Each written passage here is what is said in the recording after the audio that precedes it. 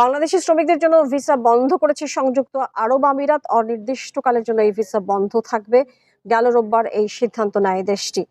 এর আগে বাংলাদেশের সহিংসতায় সমর্থন জানিয়ে বিক্ষোভ সমাবেশ করায় 57 জনকে সাজা দেয় সংযুক্ত আরব আমিরাতের আদালত। এর মধ্যে 3 জনকে যাবজ্জীবন, 53 জনকে 10 বছর এবং 1 জনকে 11 বছরের জেল দেওয়া হয়েছে। দেশটির কয়েকটি সড়কে গত শুক্রবার প্রবাসী বাংলাদেশিরা বিক্ষোভ করেন। তদন্তে দাঙ্গায় উস্কানি দেওয়ার অভিযোগ প্রমাণিত হয়। 57 জনকে বিচারের মুখোমুখি করা হয়।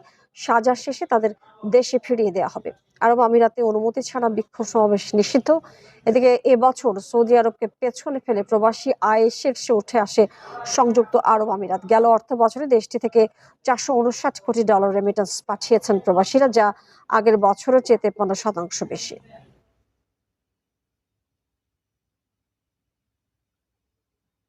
শারজাতে গত বৃহস্পতিবার একটি বিক্ষোভ হয়, যেটি শারজা পুলিশ তাদেরকে ডেকে শান্ত করে ঘরে পাঠিয়ে দেয় এবং ওইটার ব্যাপারে কোনো কেস বা কোনো আদালতে মামলা যায়নি।